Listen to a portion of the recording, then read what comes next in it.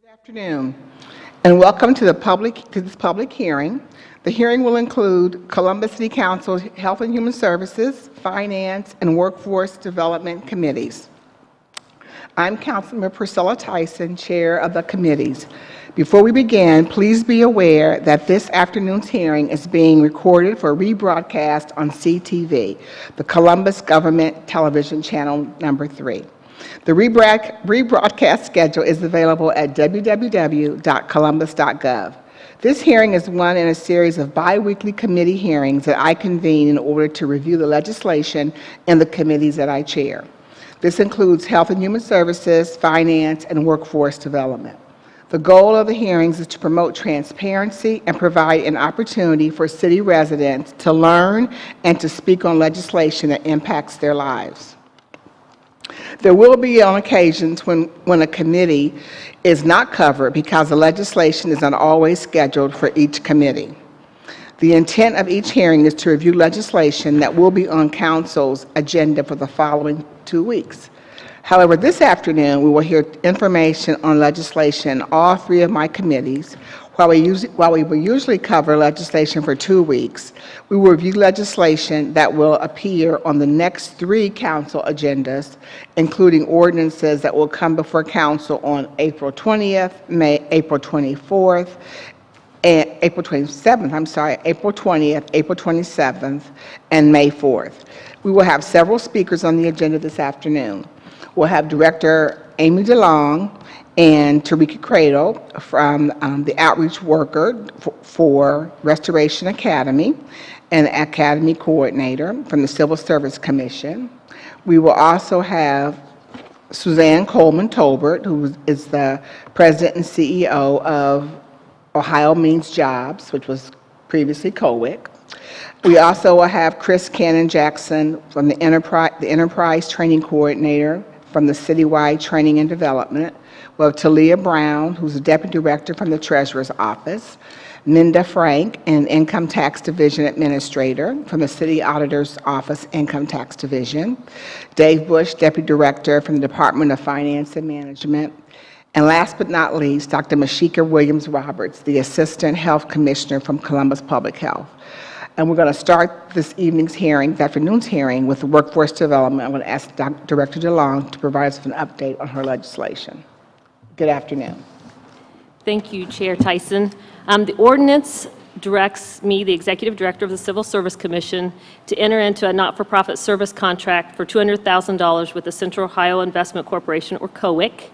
The $200,000 expenditure is allocated to support the city's partnership with COWIC for the implementation of the 2015 Restoration Academy program.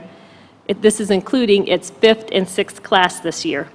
The program identifies 50 participants through COWIC and its partnering agencies to receive a variety of programs and services, including health assessments, life and occupational skills training, nutrition and fitness programs, and et cetera, designed to assist the participants with successfully transitioning back into the community and workforce. At this time, I would like to ask Suzanne Coleman Tolbert to talk a little bit about the partnership and our partners. Thank you, Director DeLong, and thank you, Councilmember Tyson. I'm Suzanne Coleman Tolbert, and I serve as the President and CEO of Ohio Means Jobs, the Central Ohio Workforce Investment Corporation, and I'd like to also thank you, Council Member, for all of your support and the other Council members' support for Restoration Academy. The Academy, as you know, is a robust 6-month work experience program provided by the City of Columbus in partnership with COWIC and 10 other community partners. And of course, it's backed by and supported also by Mayor Michael B. Coleman. And the goal of the Academy is to provide restored citizens in Franklin County with on-the-job training, wraparound services, comprehensive case management, and supportive services that will lead to individuals' employment success. Some of the activities include job preparation, which is also provided by the community partners, health and wellness, reentry program services, and specialized in occupational skills. We have a very robust selection criteria, and we're very proud to say that in our third year, there have been 84 participants since 2012, 73 program graduated at a rate of 60% hired with the private sector, 40% hired with the public sector organizations, and primarily city departments, which we're very proud of. If it was not for the city departments, this program model really would not have been as successful as it is today.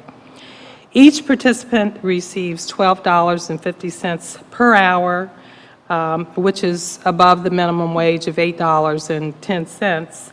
And that allows them to have some money in their pockets while they're going through the internship.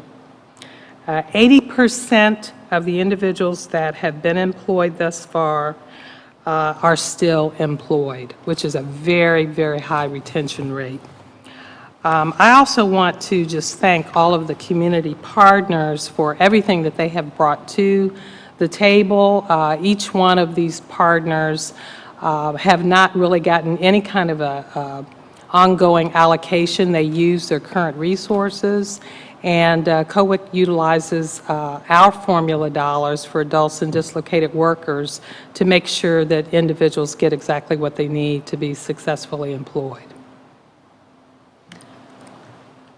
I would also like to ask Tarika Cradle, the Outreach Program Coordinator for the city, to come up, talk about her experience both as a participant and an outreach worker.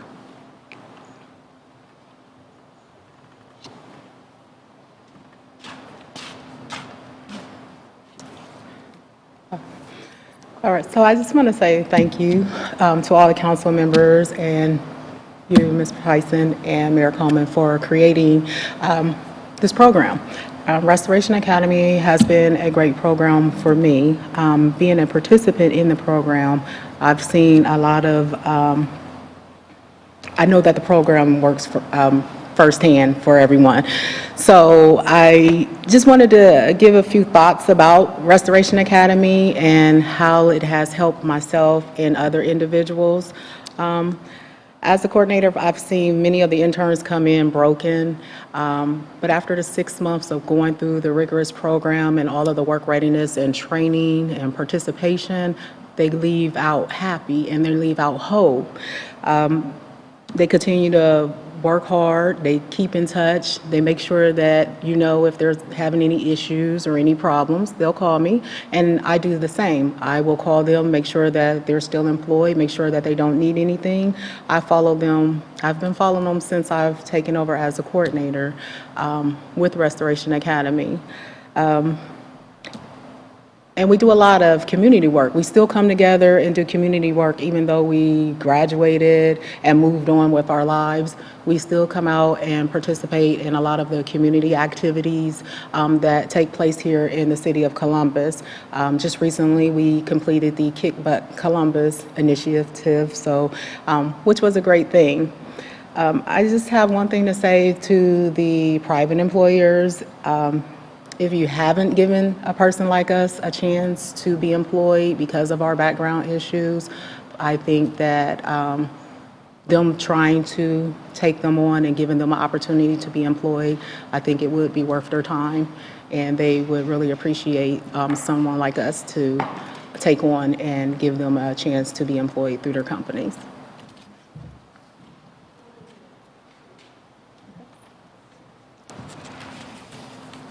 All right, this piece of legislation is for $200,000, as Director DeLong just mentioned, and the money is going to be going to COWIC, and Ms. Susan Coleman-Tolbert just mentioned that we certainly, even the partners that we have, they're not being compensated to do this work, and so we appreciate all those nonprofit organizations that have committed their services to help individuals to move on and be successful in their lives.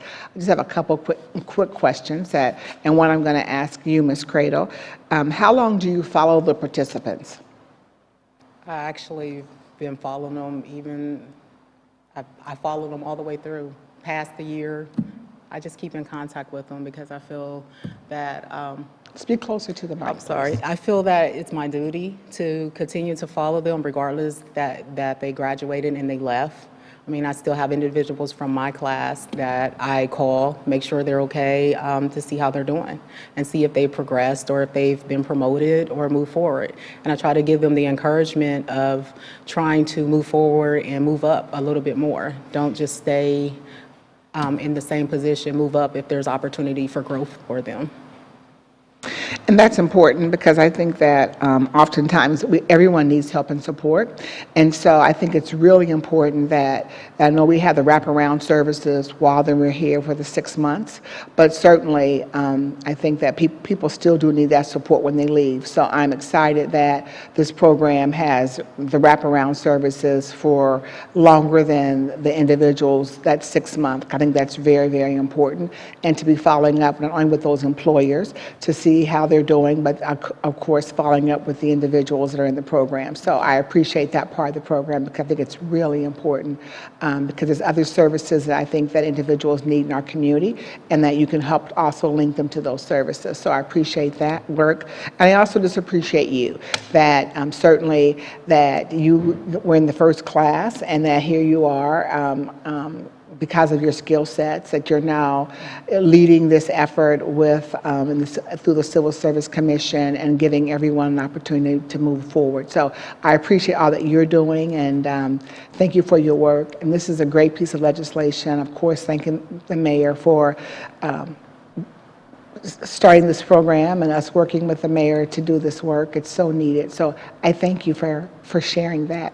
I'll also ask then the Director DeLong and Susan Colburn-Tolbert, how do people, so the viewing and listening audience says, and that's a great program, that's a great program. How do I get involved in it? Well, we have with us this evening also Ms. Teresa Gee, who is the project manager on the COWIC side. And you can get in touch by calling area code 614-559-5052. That's the main number at COWIC, and we will direct individuals to Teresa. And between Teresa and Tarika, between the two of them, we'll make sure that they get directed to the right person and in an orientation. I'd also like to point out that if people don't qualify for Restoration Academy, that we have other programs for individuals who are ex-offenders at the Alvis House, at Hinkles and McCoy, and at Impact. And once they finish those programs, then that would qualify them for Restoration Academy. Well, thank you for coming down this evening. This program has been successful. The numbers you've already given are pretty amazing. And we certainly know there are a number of individuals in our community that certainly have had a criminal justice background and that are needing of employment and moving forward their lives. And so this program is one that helps them, and thank you for sharing those other organizations that also have programs that can also be feeder programs to this program. And so thank you for this. This is $200,000 that I think has been well spent in the past, and certainly well spent as we move forward. One other thing I'll just share is that I think there may be a way, if there is a way to begin to share the amount of money people are making in the program, so you can easily see how some of these dollars are being leveraged with people being employed in our community. I think that would also be very, very helpful as we're moving forward.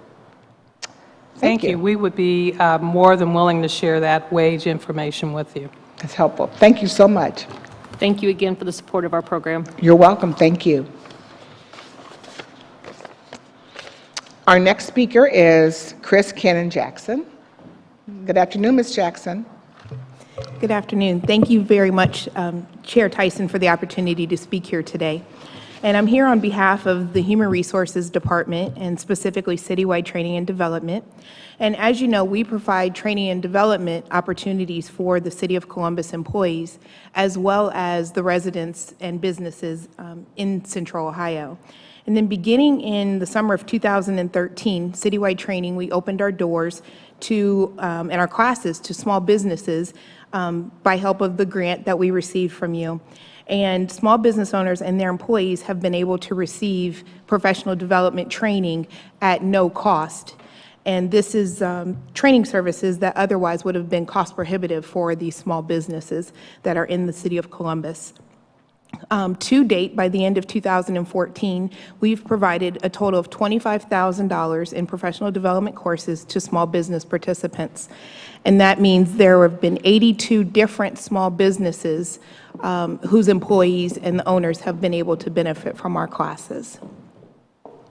Some of the main classes that they have been taking, or some of the most popular ones, are Microsoft Office classes, the Suite, Word, Excel, PowerPoint, as well as some other soft skills classes like social media accounts management, helping them to be able to market their business in order to increase their revenue. Time management, how do you deal with difficult conversations or difficult customers, even communication skills for small business owners. And so many times, if any of you are familiar, an entrepreneur, sometimes they just have the desire to start a business. I want to start a business, but don't necessarily know all of the ins and outs of the customer service, or how do I make sure my customers want to come back. And so this is training that they've been able to receive and even help grow their business with the soft skills that them or their employees have received. Thank you for coming and sharing this legislation. As you mentioned, that this legislation really started through Columbus City Council, and this is one of the amendments that I had put in. But to make sure that small businesses, oftentimes, businesses under 50 don't have the capacity to train their employees to be able to move their businesses forward. And so by us providing the service of allowing those businesses to partake in the classes that we have, and I must say that the city of Columbus has an amazing training department and has just classes that not only help not only the employees of the city, but of course those same classes are just instrumental to helping those businesses to grow and to thrive. And so our commitment to small businesses are in a number of ways, but this one in particular is to helping them to grow and getting the businesses the training that they need. And as you said, we've been able to help already 82 small businesses, and these businesses also have been registered, I know, with IBACO, and so that they've already been certified, and that's one of the reasons part of the reason why they can come and participate in our program. And you also have to the business has to be in the city of Columbus to be able to utilize that. So again, it's really helping those businesses to grow, and providing this as a service to them is also, although they have employees that pay income tax, they help our city to move forward, and of course the businesses grow and thrive. So this is a great, wonderful piece of legislation to help those small businesses get the training. And so again, if I'm watching this and listening to this particular hearing, how will those businesses get involved with? Thank you very much. They can go to columbus.gov/citywide training, or they can send an inquiry email to ctd@columbus.gov, and then that will come to me personally, and I will make sure that they get the information needed to be able to attend our classes. Thank you for coming in, Ms. Jackson, and sharing this program, and hopefully my council members will be in support of this legislation on Monday. Thank you again for the opportunity. Thank you. Our next speaker will be from the City Treasurer's Office, and it will be Talia Brown, the Deputy Director. Ms. Brown, the floor is yours. Good afternoon, Chair Tyson. This ordinance is a modification and extension of the City Treasurer's contract with Brinks for the provision of armored car services. It was competitively bid in 2013 with specifications for the pickup and delivery of city deposits for various city agencies and the municipal court. Prior to this contract being directed by the City Treasurer's Office, each agency had established its own methods for the transportation of city deposits. The City Treasurer's management of one uniform contract ensures that there is a more secure and timely delivery of city funds on a daily basis. This modification provides for the second year of the 4 one-year renewal options, and we are asking for your support. Thank you, Ms. Brown, and yes, it has my support, and my goal is to have hope the council members will also be in support of this legislation on Monday. Thank you. Our next presenter will be Melinda Frank from the Tax Division of the Auditor's Office. Good afternoon. Good afternoon, Councilmember Tyson. I'm before you this afternoon discussing ordinance number 1034, which authorizes the city auditor to modify and extend a contract with the Huntington National Bank for lockbox banking services. This is the second renewal of an original contract from 2013 that was let through the RFP process. The services that are provided are the receipt of filings and payments from both our individual, business, partnership, and employer withholding accounts. In 2014, the Huntington Lockbox processed 98,046 checks, outsorted 80,426 checks to the division for our work, and actually processed and deposited $106,881,880. This contract helps our office immensely and facilitates getting money deposited and into the city's general fund more quickly and efficiently. This legislation is for $120,000 $120,000, yes. for the lockbox banking services. And as you said, it's been done in a more efficient manner, and we will be able to access to those dollars sooner than later by having the lockbox services. That's correct. They're the more direct and easily deposited accounts that don't have problems with the documents or with the payments. Those are outsorted and sent to the Income Tax Division for processing. These are kind of the vanilla payments that come in that the bank can process, deposit the check, and then send the forms on to us. All right, well, thank you for coming in this afternoon and sharing this legislation with us, and hopefully we'll be on, maybe Monday, hopefully Monday. or the Actually, right now, 27th? this is an EBO. I think this was one of the items Oh, that okay. we are doing kind of a little bit far in advance. All right. Maybe it might be the end of April or that first meeting in May. All right, well, thank you. Thank you for coming in. Our next speaker will be from the Department of Finance and Management, and it will be Deputy Director Dave Bush. Good evening, Councilwoman. Thank you for having us. Tonight, Finance presents to you 17 ordinances. 5 of them are universal term contracts, or UTCs.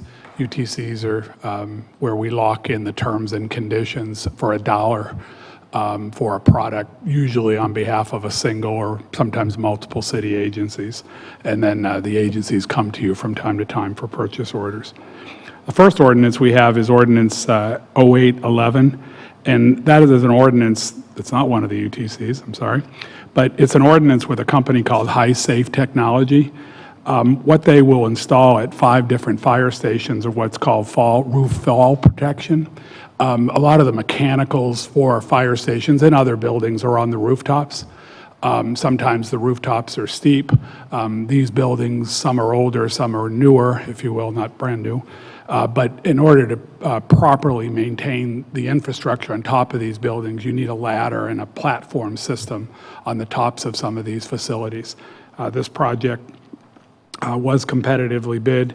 Actually, it opened just prior to the Christmas holidays, so it's a contractor that was chosen prior to the implementation of the pre-qualification process, but it was bid in accordance with the provisions that were in place at the time. The dollar amount of this is $82,518. Second ordinance we have for council consideration is Ordinance 0817. This is a contract modification with Dorr and Associates.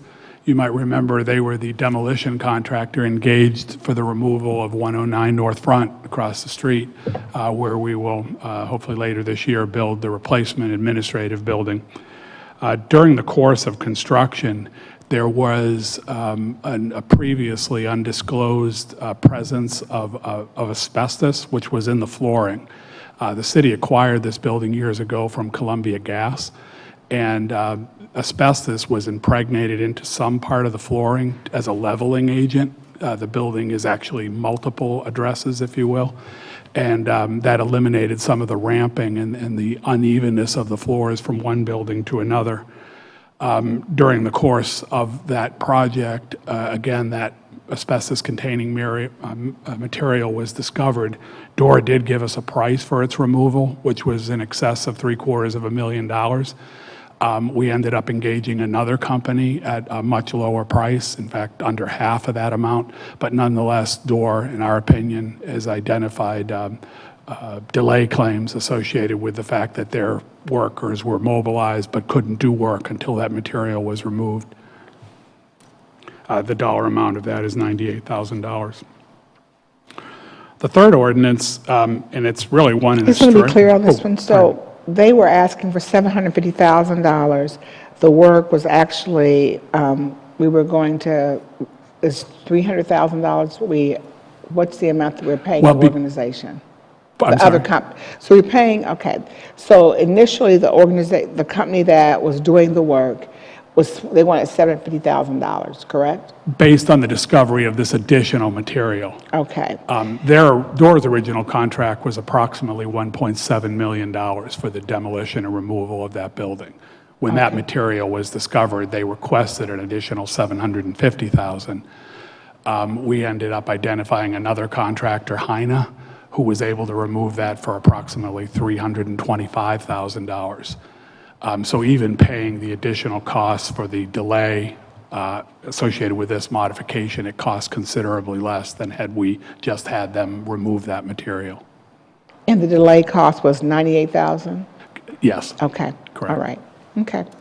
They've mobilized, they rent certain equipment, it's sitting on site, not available for use elsewhere, so we're in effect paying for that. And so we still realize the savings, though? Absolutely. Absolutely. Absolutely. Of around $350,000 or so. And on a personal basis, the building was gone, which is nice. Thank you. The next ordinance is Ordinance 0819. As you know, we have a partnership with Columbus Neighborhood Health System, and the East Side, West Side, Maloney are city-constructed facilities that are then leased to CNHC. Adjacent to CNHC is a central community house. And the bottom line is that between those two agencies, parking is very scarce there. It's very difficult. They've managed to arrange some accommodation with the store across the street. I want to say it's Safeway. But it's been problematic almost since the opening.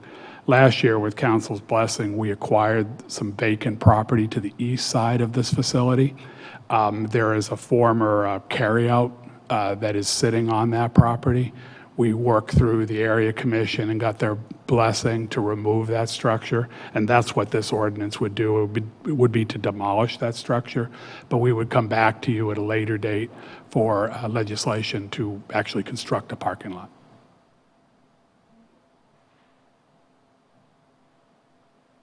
So I would argue a phased approach toward this, and I think this will bring great relief to both Community House and to CNHC particularly for patient parking. Because, I mean, if you drive down Main Street, you'll see those, it's pretty busy over there. Very busy. So this will really help to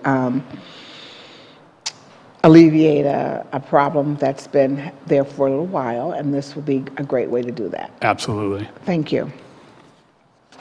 The next ordinance we have is Ordinance 0820. This is a contract that was previously established, and we're modifying it. It's with 2K Company. 2K basically will work on smaller projects for us, and in this case, it would be smaller projects for both police and for facilities management. Some examples in the case of police would be refinishing the gymnasium floor at the police academy.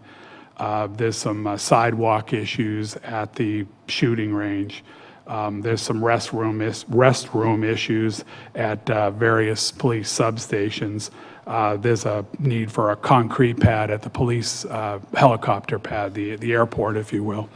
And this ordinance is a mix between safety money of $67,000 and facility money of $33,000. Each of these, there's a small amount of operating dollars in there, but they're essentially capital eligible projects. And by establishing this mechanism, it's efficient. It allows us to react more quickly to their needs as they arise. And again, the total cost of this modification is $100,000. Correct. Correct. Okay. $67,000 of that is coming from public safety money, and $33,000 is coming from facility money. I'm rounding a little bit. Thank you. The next ordinance, 0836, 2015, is being done in cooperation with the City Auditor's Office, and it authorized the issuance of special obligation bonds in an amount not to exceed $175 million. You might remember the department came to council earlier this year and sought authority to issue $185 million. The market conditions weren't optimal for the city to go at that point. And as well, there are some new provisions from the IRS with respect to our ability to capture the issuance costs from the bond proceeds. This new ordinance is $10 million less than the original amount, but allows us to issue the issuance costs from the operating fund of the division. These are entirely within public utilities sanitary. The ultimate outcome being that the cost of borrowing would be at more favorable rates, which would be beneficial to the ratepayers. The next ordinance is Ordinance 0885. Every several, or let's say 3 to 5 years, we issue an RFP for insurance and brokerage services. We issue that under a professional service, and our engagement is with a company over the last number of years with a company called the Gallagher Company. The new company now is Wells Fargo, or we're proposing Wells Fargo. And their annual cost for assisting us in the brokerage and the sales aspect of that bid is $38,000. They also provide advice to us with respect to how to make buildings make sure that they're in either the best condition they can be or should be, that we have adequate protections in them so that we don't have to make an insurance claim. Then they issue the bid for us annually for the actual placement of the insurance services, and that's the preponderance of the dollar amount, whereas $38,000 is the admin portion. The total amount of authorization is $543,000. Included within that are monies from public safety because we insure their helicopters. They have 5 helicopters that are worth nominally $2 million apiece.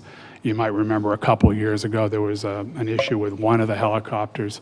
Insurance was able to cover approximately $364,000 of that.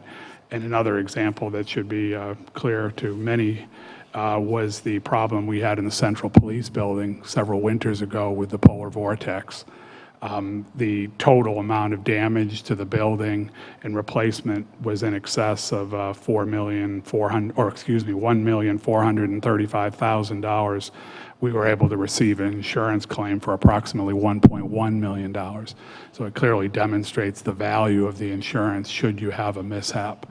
This is a $250,000 deductible, and we carry it on the major building systems, the boilers and the helicopters, aviation. A good investment for the city to protect us in the event of a mishap, or in the case of the Central Police Building, the polar vortex. And so this would be, we're looking at this being really a 5-year term. Right. Right. And $38,000 for the first year, and then consequently $38,000 for each subsequent year. That is correct. Correct. And then we're looking at the insurance payment of $540, well, the insurance cost for $543,000. 543 would include the 38,000 for the And that's professional services. The $38,000 is included in this amount too? That is correct. Okay. Basically, the broker assists us to place that advertisement and solicitation, and we do that annually. The market changes frequently, and it's in our best interest to procure those services 1 year at a time. And it's their services that assist us in that regard. And the way we're handling this is the way we've handled it for the last 3 or 4 years. It's only a new vendor that we really have that's different. Thank you. And they were the lowest and most responsive bidder? Yeah, we had an evaluation committee. We had criteria going into the solicitation. Price was a variable, competency, feasibility and quality, ability to perform, past experience. all provisions that are provided within Chapter 329. So we met or exceeded all of those minimum criteria, and we feel very comfortable that this firm will bring great value to us. Thank you. Of course, like any insurance, you hope you never have to use it, but you know you need it, and you should have it to protect the asset. The next ordinance is Ordinance 0856. This is a contract modification with BOMAR. BOMAR, not dissimilar to 2K, provides building services, light renovation. In this case, it's a contract for facilities management. Their primary facility is located at Groves Road. It's just shy of 150,000 square feet. It's a very large facility. I know you've been out there a number of times. It's immaculate. But when you bring in and out 6,500 vehicles, heavy vehicles, you beat up on the flooring systems. Occasionally, we might have a door issue. Items need to be replaced, hoses, that kind of thing. And this is a $20,000 blanket, if you will, for projects, small projects that would be necessary out there. Again, all right, $20,000 just for repairs. That will happen at our fleet management building. Correct. All right, thank you. And candidly, this is set up as a blanket. We may not need $20,000, but again, when the problem presents itself, we have to be able to react quickly to it. And by setting up the blanket, we can do that. And can you just share, since it's just a little bit about the blanket? So, for an example, we only use 15,000 of the 20,000. Then what happens to the other 5,000? Well, we could come to you 1/3 later the next time, if you will. In other words, it would last us 14 months instead of 12 months. I can almost assure you, in a facility of that size, that somewhere between now and the end of the contract, we will spend it. I wish I could sit here today and tell you exactly how we'll spend it. But again, 40-plus bays in that facility, 6,500 odd vehicles coming in and out of that building, in a number of instances, multiple times a year, the motorcycle unit, et cetera. It requires care and feeding. The next ordinance, Ordinance 0983, is one of the UTCs I mentioned at the opening. This was bid by the Division of Purchasing, and it's really the single largest user. I think there's a minor typo here. It refers to planning and operations, but Public Service renamed that division.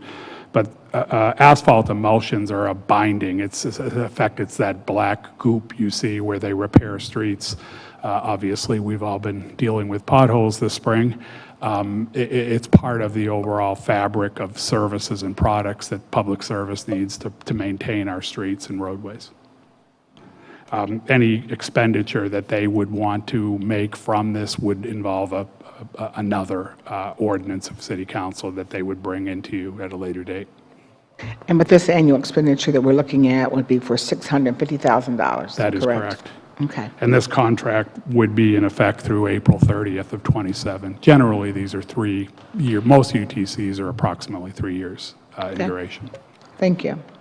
But that's the annual expenditure, the $650,000. That is correct. Correct. Okay, thank you. The next ordinance, and it's another UTC, it's Ordinance 0898, which is a contract for sporting goods and recreational supplies for recreation and parks. The estimated annual expenditure is $40,000.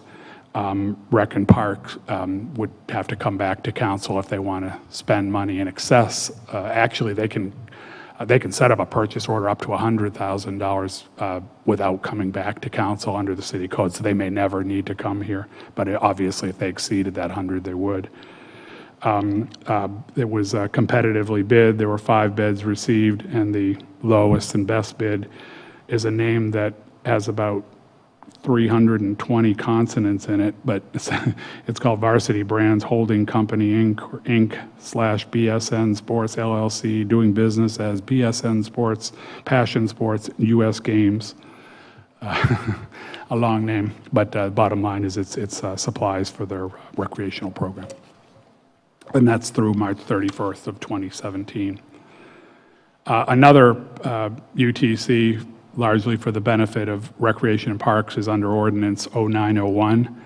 That's a contract that expires in April 3rd of 2016. In this case, it's arts and crafts supplies. The estimated annual expenditure is $25,000. So again, this may not need to come back to you, but if they bought a lot in a certain year above 100, they would have to come back to you. They run an excellent summer program, and those supplies go quickly. Ordinance 0930, the next one in our queue, is a blanket expenditure ordinance. It's for $100,000, and this is from the Neighborhood Health Center Capital Reserve Fund. We've come to you with these ordinances in the past.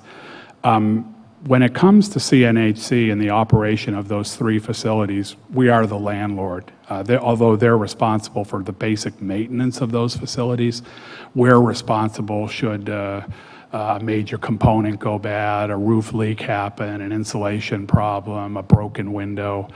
We had a situation last year where actually a contracted employee in the East Side Health drove into the side of the building, put the car in the wrong gear, obviously. We had to effect the repair initially, and then, of course, we were compensated through the insurance fund. But in order to act, in our opinion, as a responsible landlord, we have to be able to react quickly when there are problems. So establishing, again, this blanket for $100,000, which is about what we spend annually on behalf of those 3 facilities, gives us the ability to act quickly and responsibly. In the ordinance, we indicate that we will follow all the competitive bidding provisions of the Columbus City codes and all the things that are required of us.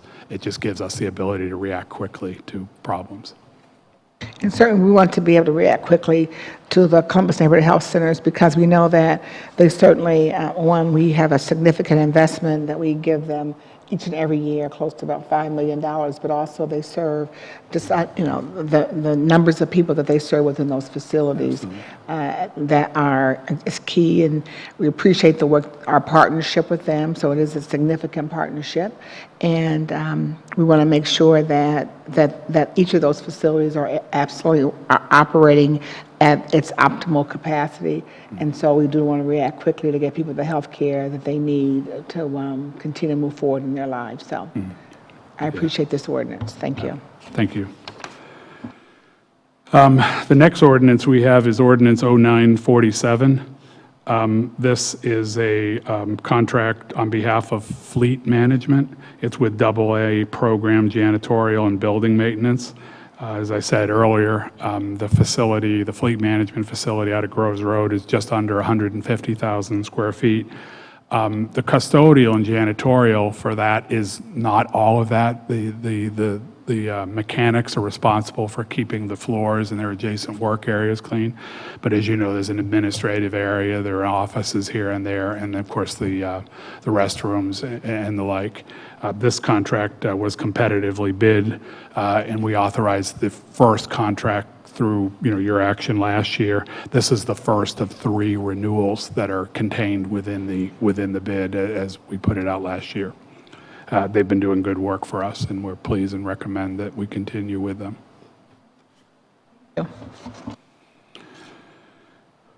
The next ordinance is Ordinance 0979.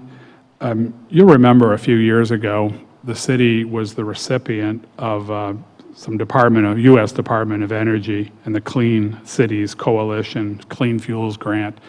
We received monies that we were able to apply toward our construction of the CNG facility at Groves Road. Within that same federal grant, there were other local agencies that received monies as well, and one of those agencies was the Mid-Ohio Food Bank. The Mid-Ohio Food Bank received $40,000 in a grant to convert a vehicle for food delivery to CNG. That vehicle failed. It did not work for them. The company subsequently went bankrupt, and it was problematic to them for a variety of reasons. Because they didn't operate that vehicle as long as they should have within the parameters of the federal grant, one scenario is they have to pay the money back. Another option, and the one we're recommending to you, is through this modification, is that grant proceed would instead be allocated to us. And because we incurred expenses for our project in excess of the grant, in other words, that station cost more than $1.2 million, we have expenses that we can submit to the federal government, and in effect, we get the $40,000 instead of them. The alternative to the Mid-Ohio Food Bank is they have to pay it back. So they came to us and asked if we could assist them. We think this is beneficial to the functions and the activities of the food bank, is consistent with the federal grant, and it ultimately offsets some of the dollars we incurred at that for our facility above the grant. I just want to be clear about this. So we're saying that the $40,000, they did buy a vehicle and tried a vehicle. Right. And so they're incurring that cost to what they're incurring just the cost of what they purchased this vehicle from, that they purchased this, I'm just trying to understand this. Yeah. So they had a vehicle, it didn't work. It didn't work for because the them. company went bankrupt, and it wasn't working right. They had a variety of problems, but because they didn't operate that vehicle for the correct or the right number of years under the terms of their grant from the federal government says, all right, that's too bad, but you got to pay the money back to us. Okay. By transferring that grant to us, we can provide documentation of expenses above the grant that we received. So that means that Mid-Ohio isn't out the $40,000, and in effect, we're receiving that grant instead of them. Okay, so we're basically, so any costs that they incurred, they just have to they're now just responsible for their own costs, right? Because they did incur some costs. It's been clear about this. You said they got a vehicle, didn't work out, or Right. the company went bankrupt, et cetera. Right. And so then they've asked us, so they don't have to pay the money back, to transfer it. Could they just transfer the grant to us? That's what this ordinance Okay, does, is in I'm just being effect, it's clear. transferring the grant to us. I understand that. So they transferred it to us, Mm-hmm. and so we are now going to, because we spent more than 1.2, we'll ask the federal government to give us the 40,000, Correct. as opposed to them having to pay the $40,000 back. Mid-Ohio having to pay it Right. back, correct. Okay. And actually, in the end, the benefit we actually have is that the remaining allocation within the grant is actually $52,000. So it's getting Mid-Ohio out of it. They don't have to pay the 40 back. We get 52,000 back to the division. So we actually better by 12,000 above and beyond the 40. Okay. So by them So transferring. it's good for the Mid-Ohio. It allows them to continue the services that they're here for in the first place. It's good for the division because we're receiving more offset to the federal investment. And by the way, on that CNG facility, we knew it would cost in excess of $1.2 million. We obviously could only spend up to the amount, well, the grant covered a little under half of the cost of the station. Okay. So So it's good. I do understand it. I understand that, yes, by getting the $52,000, we have supported a nonprofit organization in our community that does good work in terms of making sure that people in the community have access to food. Right. And I appreciate the work of the Mid-Ohio Food Bank. And I just was trying to have a good understanding of what was going on with this particular grant, that they would, they asked us to take on the money to save them money, even though they had to spend money in the process that obviously did not pan out for them. Okay, all right. Sorry, Thank it was a you. little challenging to explain all that, but we do think it's good for the organization and good for the city. Well, that's why we have these hearings, so that we can, certainly, it is a little challenging, but it was great that there was an opportunity to be able to transfer that to us, and we are the recipients of some additional dollars, and that, because certainly the Mid-Ohio Food Bank needs to be able to use its dollars to be able to help to feed people. So thank you very much. And I would point out from the city end, this demonstrates why, generally speaking, we haven't been interested in retrofits for vehicles to CNG. Not that they all fail, but when you buy the vehicle that's manufactured that way from the get-go, we believe that the quality of the vehicle and the asset is better for at least us. And I'm not trying to say that every convert or conversion doesn't work, but this might be an example that we would offer why we prefer to go a different way. The next ordinance, Ordinance 0986, is an ordinance that authorizes the purchase, and the ordinance has an attachment to it, but authorizes the purchase of 130 vehicles for the city of Columbus, the majority of which, 120, are for the Division of Police, 90 cruisers, 20 covert vehicles, and then 3 motorcycles, and then some smaller other, let's say, civilian use vehicles, smaller pickups, that kind of thing. The 2015 budget, as you well know, contained $6 million for vehicle purchases for this year. This is not the total amount. We'll come back to you as other agency needs are sorted out and evaluated. We have a pretty good handle on that. But the issue that we have at this point is that even though we have UTCs that allow us to purchase, most of the large automobile manufacturing companies have cutoff dates. So just because you have a UTC doesn't mean you meet the cutoff date. We'll all be aware of they might take orders through the first week in May kind of thing, and then they'll start shutting them off. So we want to make sure we get in line. We will come back to you with other legislation for the upfitting, as well as the, in the case of the cruisers, to include the anti-idling devices that are working very well for the division. Under separate legislation. We just thought it was important to get the vehicle under purchase so that we could ensure delivery.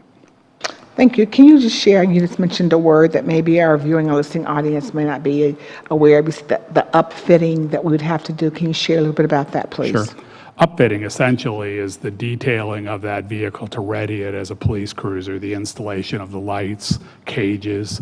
The back seats of vehicles are readied for the unruly, if you will, in the back of a cruiser. The installation of the electronic equipment, anything that really makes that a frontline police cruiser. Some of that work is done by the Support Services Division within the Department of Public Safety, but the balance of it is done through facility or fleet management under contracts. In the past, we've had companies like Penguin and PAR, and in the case of the anti-idling, yet a third company. And the anti-idling we're quite satisfied with that. Obviously, cruisers, when they're out there doing their job and they're pulling up in traffic, that cruiser can, I don't want to say waste gas, but there's a lot of electronics running in that vehicle, the lights and all that, and they consume battery life. So the reason they run the vehicle is to keep the battery going. The anti-idling device allows that vehicle to turn off and on when it's not in use and still keep those powertrain systems going. But by implementing it, we're paying for that extra cost to install it very quickly. All right, so this legislation is for about 130 vehicles, 120 within the Division of Police. The legislation is, there's, like I said, $6 million in the budget, but however, this is for $3,390,765.21. That is correct. All right, thank you so much. Thank you. The next ordinance is Ordinance 0994, and that's for the purchase of what are called longitudinal channelizers and related items for traffic management. Occasionally, you'll be in a traffic lane where you'll see these 2-foot type cones that are permanently anchored into the sidewalk or the street, or reflective devices in order to channel.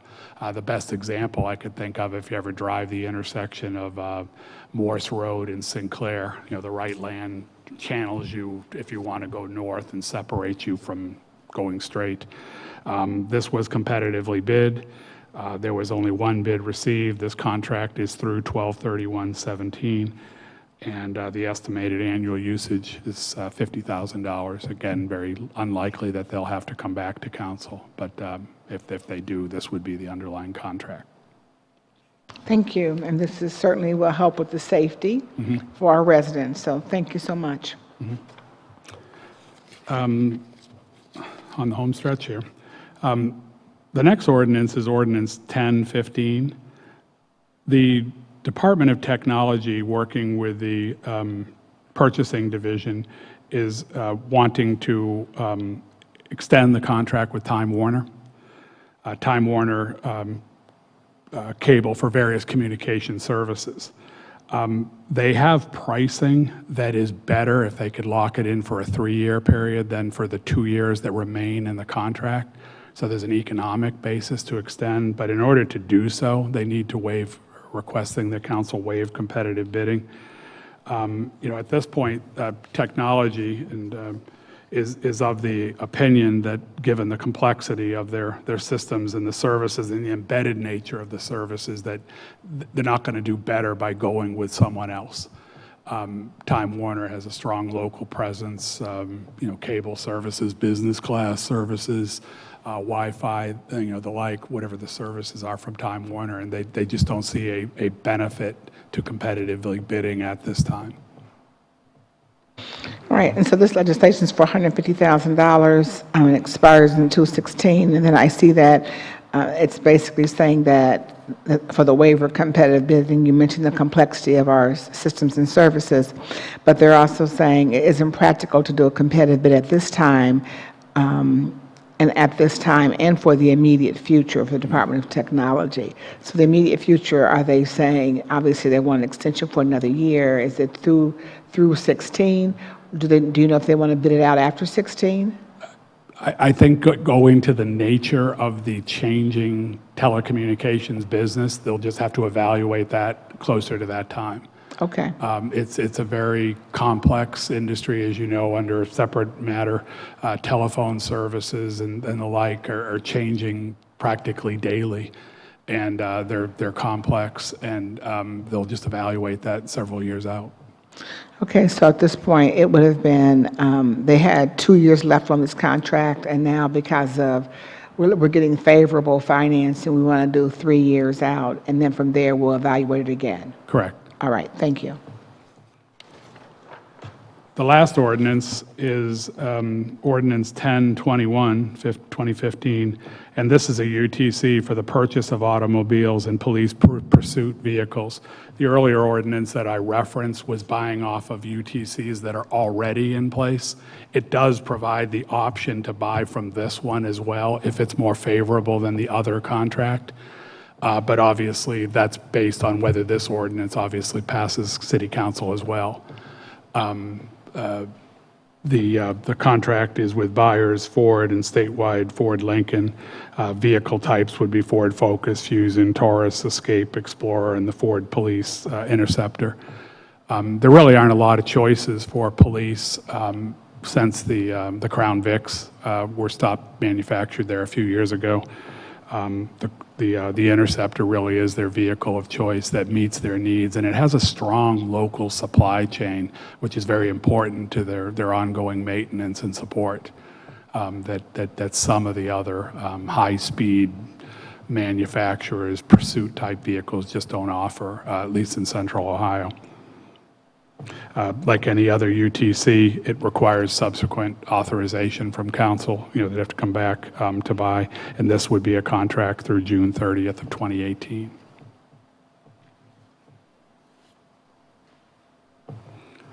The estimated annual expenditure, by the way, for that is $2.5 million.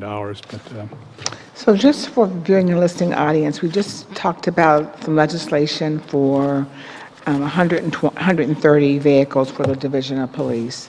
And then this particular ordinance would be the police pursuit vehicles as well as automobiles for the other city agencies. That's correct. Correct. And so that's the difference between those two pieces of legislation. The other ordinance authorizes a purchase order from a previously established UTC. And this is establishing a new one UTC. For the vehicles. Okay. Correct. Thank you. And again, this is for $2.5 million. Correct. All right. Thank you. And that is all we have in our committee for this evening. Obviously, owing to the nature of department purchasing and the roles we play with other departments, Sometimes the needs can change almost daily, but that's our most gallant effort to identify all the legislation for the balance of this month. Thank you. Thank you, Deputy Director Bush. Thank you. And our next and final presenter this evening is Dr. Mashika Williams-Roberts, the Assistant Health Commissioner, sharing the legislation from the Health Department. Good evening, Councilmember Tyson, and thank you for having us. Columbus Public Health has 18 items coming up on City Council's agenda in the next several weeks, and I'd like to start with the first one, which is ordinance number 0802, 2015, which is the establishment of the Celebrate One Community Fund. I think you are very familiar with infant mortality and how it is a globally accepted measure of the community's well-being. Although Columbus is a very vibrant city, we have a very high rate of infant mortality here in our community, and we've been gathering together to work to improve our infant mortality rates across our community. And thus, there's been the establishment of the Celebrate One initiative. And with that, there's the establishment, with this legislation, of the Celebrate One Community Fund. This ordinance is needed to authorize the agreement between the City of Columbus, the Columbus Foundation to establish a fund known as the Celebrate One Community Fund. The Celebrate One Community Fund will accept corporate and private donations, as well as the City of Columbus funds, and will allow Columbus Public Health to distribute funds to various organizations within the community for the benefit of Celebrate One initiatives to improve infant mortality right here in Columbus, Ohio. Thank you. To make one comment about this one, this is really important because certainly the city has put in about 900 and I think I'm going to say $50,000 or so into the Celebrate One, and certainly know that since it is a community-wide issue, that we certainly want our partners in the community to be able to support us, as well as we be able to support those once we get the dollars, support those organizations. So thank you for this legislation and the work that you, I know personally, have been doing and working on the Celebrate One and making sure that all children have the opportunity to live past their first birthday. So thank you. Thank you. We appreciate your support.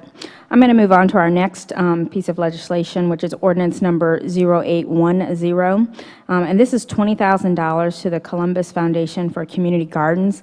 And I know this is one of the many projects that you have been involved with us at Columbus Public Health. This will allow us to give out grants, although small grants, to many different community partners and nonprofit agencies so they can create their own community gardens. And we'll actually be distributing the grants coming up this coming Tuesday, I think it is, Wednesday, April 22nd, which is Earth Day. We will be having an event to distribute those grants to the recipients, our community partners and the recipients of this. So we're excited about that. I'm going to move on to the next one. The next one is ordinance number 0847, and this is a contract for outpatient medical care with OSU Internal Medicine. I think you're very familiar with Columbus Public Health being awarded a few years ago Ryan White Part A HIV funds. These are federal dollars that are given to our community to help us provide care for individuals who are HIV positive. These grant dollars not only provide care for individuals living here in Franklin County, but also the surrounding counties of Licking, Delaware, Morrow, Union, Madison, Pickaway, and Fairfield counties. This particular contract with Ohio State University Wexner Medical Center Internal Medicine Department will provide them with $150,000 for them to provide not only medical care, but also case management for individuals living with HIV in our community. Thank you. I know this is an important piece of legislation, and the Ryan White dollars that we certainly, it's interesting, we did not normally have to apply for grants to the federal government, but because we have a great need in our community to support individuals with HIV and AIDS, that's why we are receiving these dollars. And I know we're working really hard within Columbus Public Health with all of our partners to be able to make sure that, one, we try to hopefully can do more prevention work, but also for individuals who already have HIV or AIDS to be able to make sure that they're getting the services they need so they can continue to live pretty healthy lives. So thank you for your work on this, and thank you for the partnership with Ohio State. Oh, thank you. The next piece of legislation is ordinance number 0848. Similar to the previous piece, this again is Ryan White dollars, but this is going to the AIDS Resource Center of Ohio Medical Center, and the dollar amount for this is $573,535. Again, similar services, just a different medical provider. We want to make sure that individuals living in our community have multiple choices for where they can go to receive their HIV medical care. The next piece of legislation is actually very exciting as well, and has some impact on our infant mortality work. This is ordinance number 0851, and this is to authorize various Healthy Start contracts. This Healthy Start grant is a federal grant that we've received to help us reduce infant mortality rates in our community and really making sure that young babies have a healthy start to their lives. This contract gives grant funds to several of our partners. The amount is about $505,750,000. And to name some of the contracts that we're going to be partnering with was Nationwide Children's Hospital, Mount Carmel Hospital, Decision Support Services Incorporated, Ohio Health, The Ohio State University, Moms to Be, Insight, Mental Health of America, Action Ohio Coalition, and Action for Children.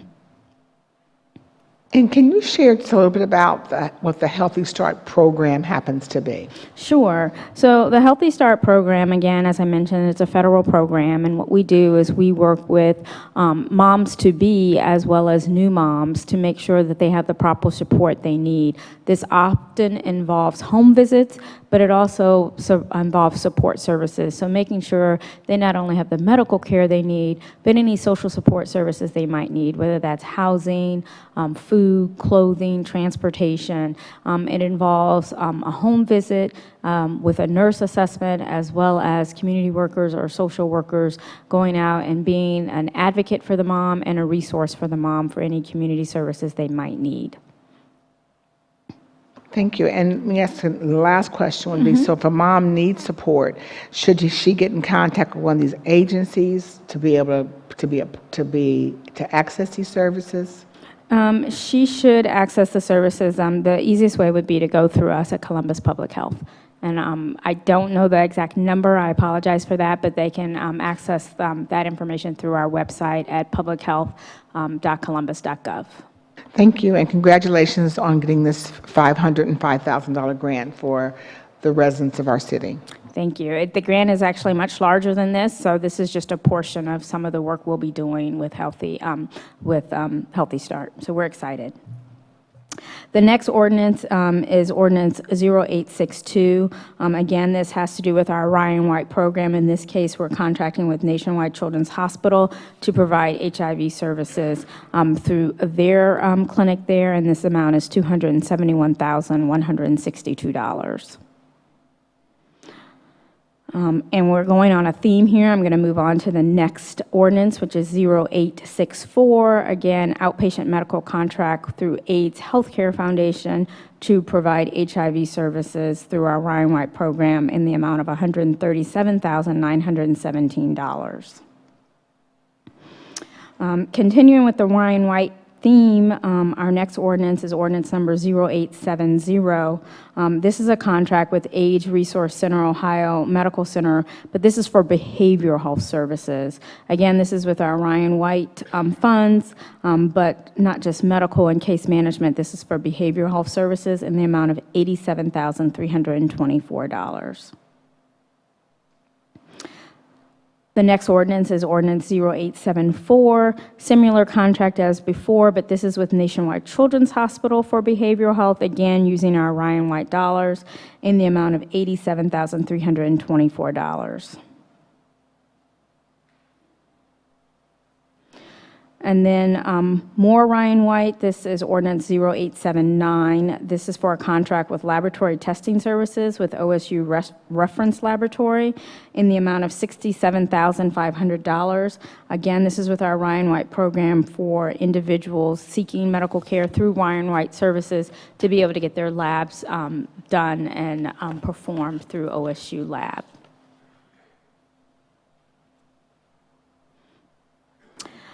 And then ordinance number 0880 is a contract for social support services with Southeast Incorporated.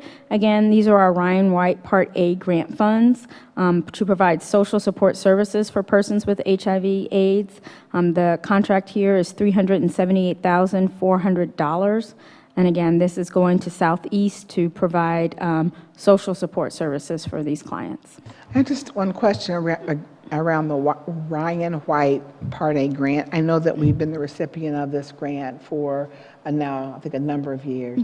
And so do you know if we have numbers on the amount of individuals who have been receiving services through this grant? That's an excellent question. Thank you for asking that, Councilmember Tyson. 2014 was our first complete year of receiving this grant and using the services, and in that year, we serviced 2,475 individuals with HIV/AIDS. Thank you. You're welcome. I'm going to move on now to ordinance number 0904, and this is a purchase order for a TB screening test.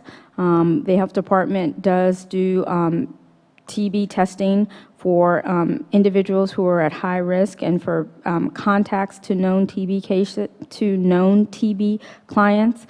This contract is with Cmte Incorporated, and I must add that this is the sole supplier of the quantiferon blood test kits here in the United States, and this purchase order is for $25,000 to purchase these quantiferon blood test kits for TB screening and testing.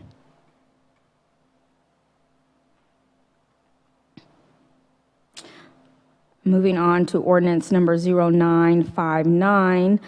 This is a revenue contract for investigating smoking complaints.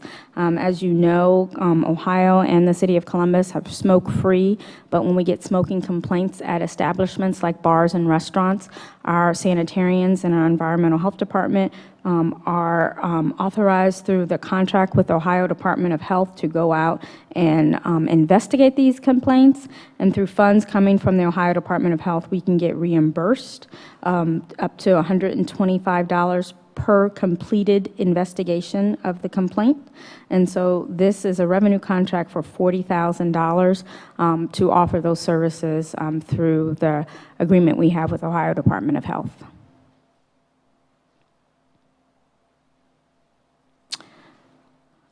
Moving on to ordinance number 0985. Columbus Public Health has been awarded a grant through Franklin County Public Health that is also coming through the Ohio Department of Health, originating from the Centers for Disease Control and Prevention. This ordinance allows us to accept the grant dollars of $102,481 for Ebola planning. I think you are aware that Ebola is still a risk for our community. We get travelers coming from West Africa on a daily basis here, and we're monitoring those travelers. These are funds coming from the federal government that are coming through the state and coming to the local public health so that we can further plan for how we would respond to an Ebola case and how we will prevent Ebola from coming into our community. So these are funds that these are new funds coming to us for Ebola planning. And this is really, I think, very important to our community. I know that you worked a lot on, well, your whole department did, but I know you in particular when the initial outbreak of Ebola. And so hopefully that these dollars will be able to support us having, I'm sure we already had a great plan, but hopefully this will help us to maybe even improve upon that plan and getting other input for our city. Yeah, and we do. You're absolutely right, Councilmember Tyson. We've been working really hard since October on this when the first case was identified in the United States. And since that time, we have been monitoring, since late October, we have been monitoring all the travelers coming to our jurisdiction from West Africa. Since that time, we've monitored over 150 individuals. Right now, we're monitoring 24 travelers. We're actively monitoring them, which means we check in with them daily to make sure they're asymptomatic, they have no signs and symptoms of Ebola, and they don't have a fever. If they were to develop any symptoms of Ebola during that 21-day monitoring process, we work with them, coordinate transportation to get them to a hospital where they can be evaluated. We do have a great plan working with all 4 of our hospital systems here in Columbus, and we think with these funds we can just further improve that plan. So we're excited about this. Thank you. Thank you. So next we have a ordinance number 1011, and this is a contract modification for our Safe Sleep campaign, keeping on the theme of infant mortality. We had a contract with Gatehouse Media Partners for our Safe Sleep educational media campaign. We'd like to extend that contract and not to exceed $164,200. So that's what this ordinance is for.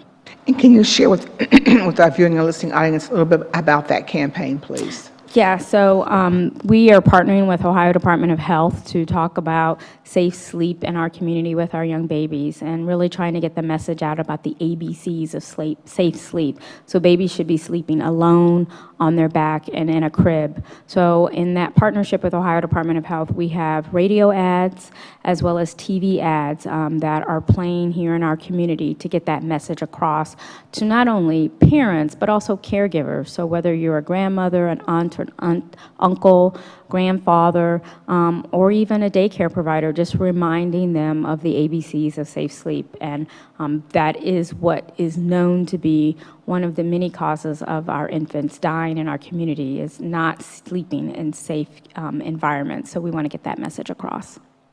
Thank you. I'm just excited that we have this legislation on because we want to do everything we can, again, as you said earlier, to ensure that our children have the ability to live past their first birthday. And so these are absolutely our dollars well spent to do that. Thank you. Absolutely. Thank you.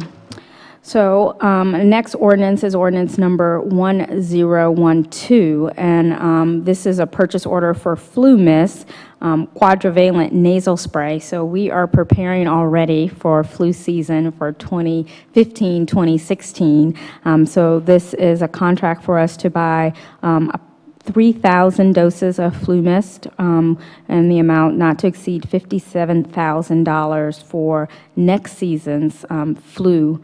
And this is the flu mist, so this is not the shot, and this is quadrivalent, so it will cover 4 strains of the flu, which is a relatively new mechanism where we do 4. In the past, it had been 3 strains of the flu. So we're excited that this is offered now and that we're going to be able to provide it to our clients. How do you determine if you should take the shot or get the mist? Oh, that's an excellent question. Well, the mist is FDA certified for individuals between the ages of 2, I believe, and 49.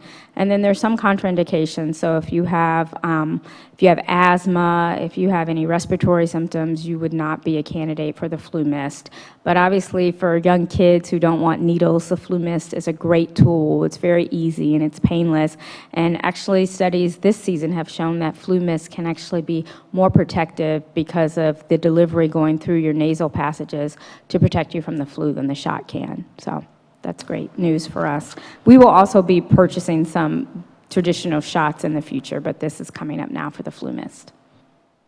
Thank you. This is for $57,000. $57,000, that is correct. Thank you. All right. Thank you.